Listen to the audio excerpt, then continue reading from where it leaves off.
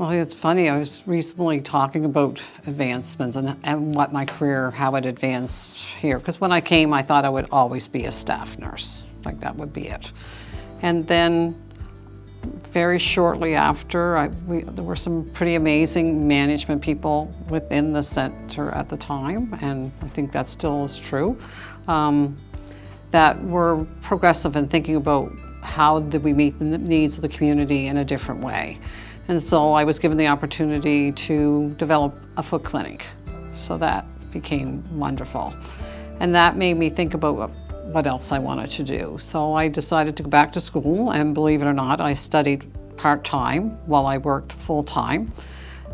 Studied at Dalhousie, believe it or not, and got my Bachelor of Nursing, because I graduated with a diploma, which was the norm back in the 70s for most registered nurses. So I went back, did that over a 6-year period, studied part-time, had the opportunity, my employer supported me to take a year off so I could finish my degree. So I did that, came back, and had the opportunity then working with my manager to talk about what I wanted to do with my career. So I said I would really like to go into a management position, because while I had thought I would be a staff nurse, and I love staff nursing, I didn't love nights always so much, and it wasn't easy being a mother of 3 at that point and studying full-time.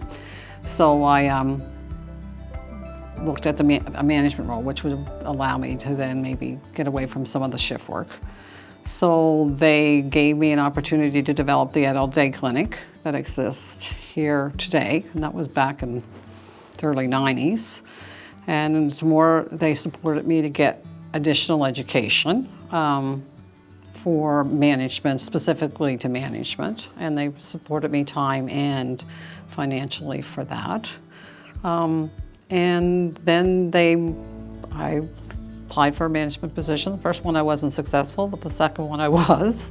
And then it just continued to, as the system changed, then the jobs changed. And so we continued to be supported in that and what my desire was and how I was part of. People wanted to know how we within the rural communities envisioned our health care and what that might look like, and therefore what we needed to do to support that. And they listened.